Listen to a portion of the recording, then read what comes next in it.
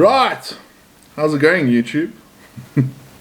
Right, I'm starting this up again, my YouTube channel, because I tried that a few years ago and I fell off the wagon. So I'm going to be more consistent with this, and I'm sticking to it because this is a new venture I'm very excited on. I got a little bit of recording equipment, so we're going to try this out. Whether it be training videos, just day in the life videos, videos like this of me just talking bullshit.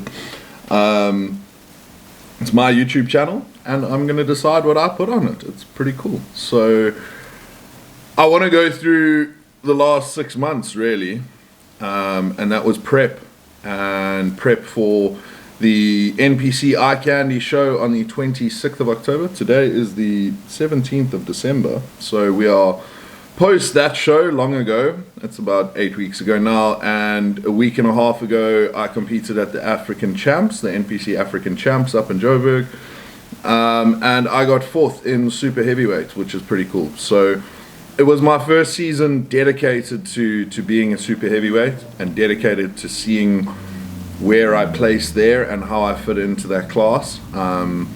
And so now I'm entering my off season. We are post show in a reverse diet phase now, heading into off season, and I kind of want to do these videos to show a little bit more insight into what I do every day, basically, as a bodybuilder, because I might not be an IFBB pro, but I do live as a professional athlete in the sense that I structure my day and I structure my other work around training, around my eating, around everything that comes with being an athlete, which, you know, is focused on my recovery. It's focused on training performance. It's focused on making sure that my day is centered around making sure I train as best I can, I eat as best I can, and I recover as best I can. So it's not that all comes after life, it's life comes after that. And I want to give insight into that and show how things aren't actually as complicated as they seem to most people, and that lots of people can do this, and that if you're an athlete,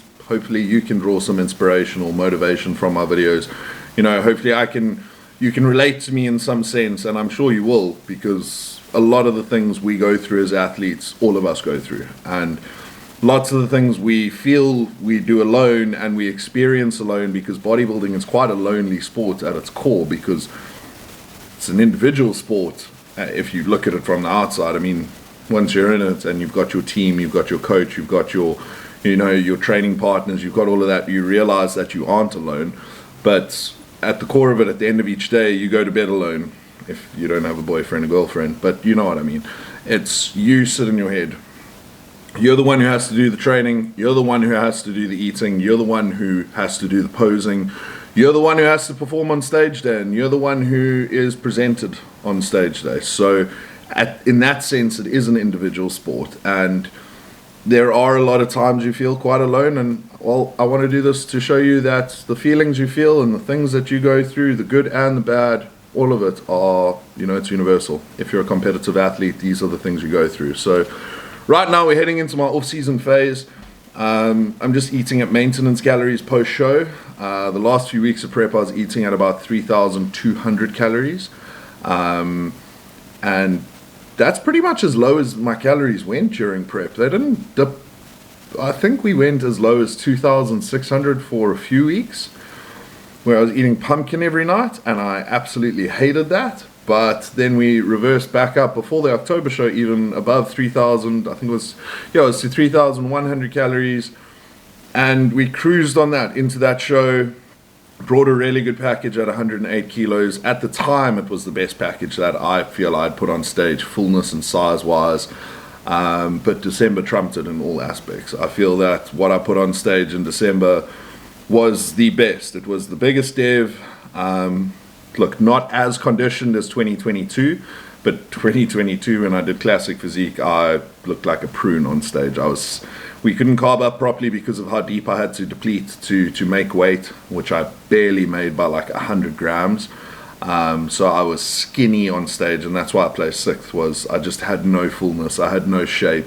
Condition was out of this world, but that sacrificed everything else. So this December show, I had feathered quads in most of my poses. I was comfortable on stage. I was happy posing. I was comfortable and flowing through the poses, and I had so much fun. So that helped make sure that I didn't spill, or I didn't, have anxiety overload where I started sweating like I've done in the past and then go soft.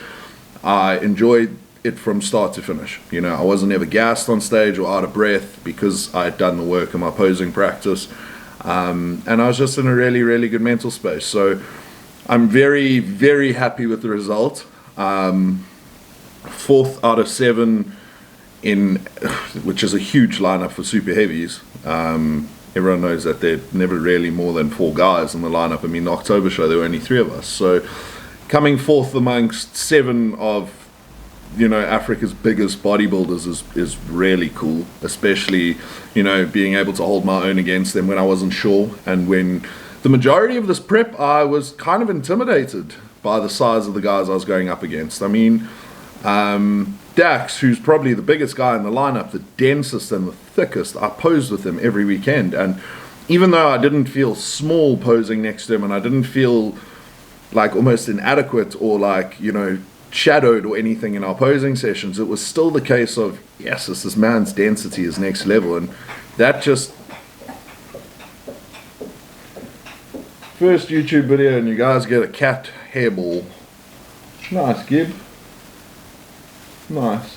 Because I'm poor at editing, so I'm likely not going to be able to edit that out. I'll probably leave it in, or get some more views. Lovely. I'm not going to show you what it looks like because that's revolting. That'll get me banned off YouTube. I'm sorry, Gib. I hope you're okay, my boy. He's shedding at the moment, so the hairballs are rough. But as I was saying, the show helped me realize that I can stand my own in super heavies and that I belong there, and that size is not an issue, but it is what I need to work on going forward, obviously. I mean, my goal is to be a pro one day, so I've got to be able to be competitive as a pro, and that I don't have the size for right now. So we've decided that next year will be a year off competing, in terms of we won't have prep, we won't diet down to stage weight, we won't, do any of that.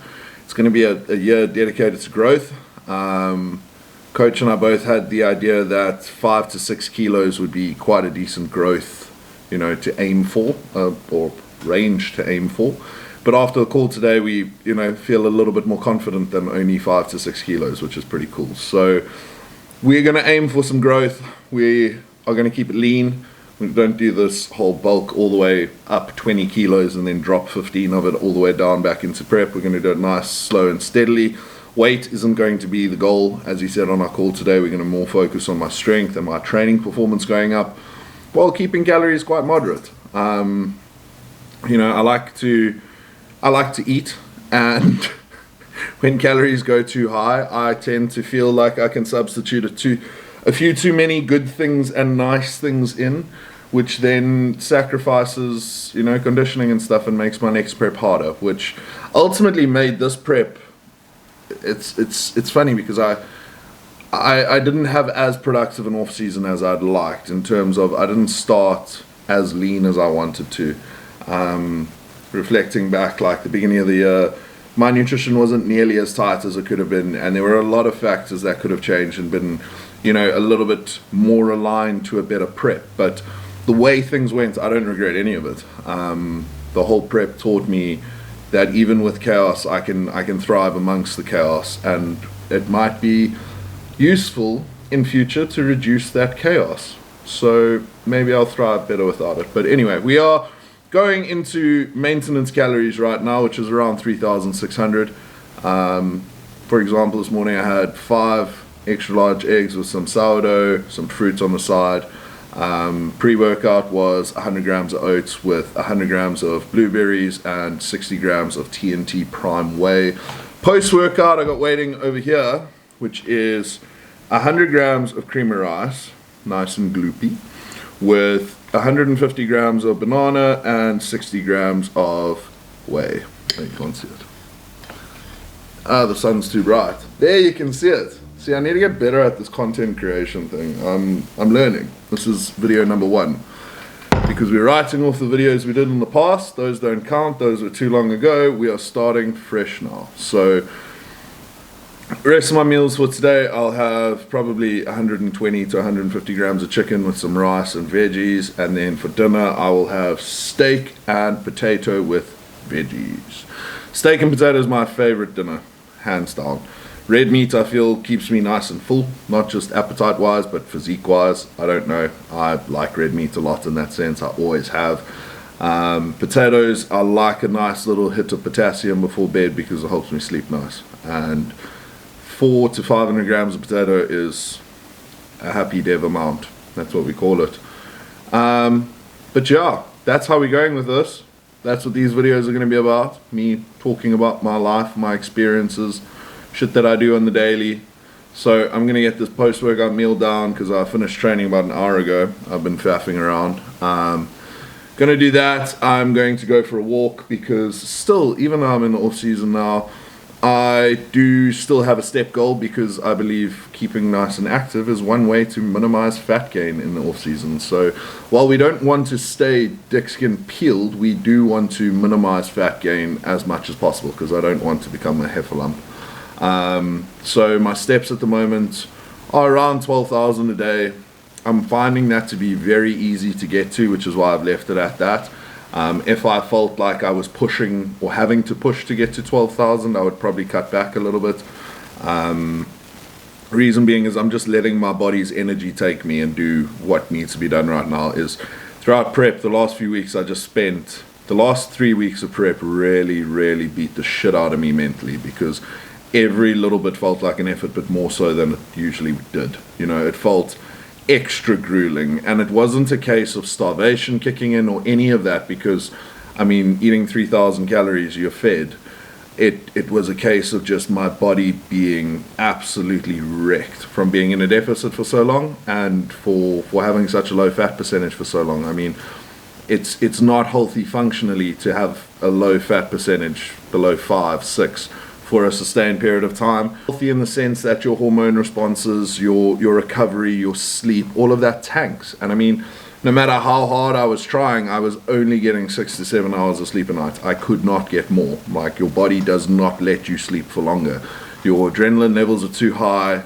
Your recovery is severely compromised as a result. So right now, my body's letting me move. My body's wanting to move. And I'm letting it. I'm not holding back if it wants to. So most days this week we've ended up on about 12,000 steps. I've managed to get 7 to 8 hours of sleep every night. Water's at about 6 liters right now. Salt's at about 5 grams a day. I don't add that much salt. I don't need that much. I have a Revive sachet, which is an extra gram of salt. And yeah, so if you have any questions about what I'm currently doing, what my plans are in the off season, if you have suggestions of what, you know, things you want to see on the channel, if you do any of that, like, subscribe, hit that bell notification, as the content creators say, and ask me questions in the comments, or just DM me on Instagram like everyone does. You're more than welcome to always DM me on Instagram. I'll put all my links in the bio, whereas it's most likely that all my views are about to come from Instagram. So I'll put that in there anyway. If you're a new YouTube follower, follow me on Instagram. And yeah,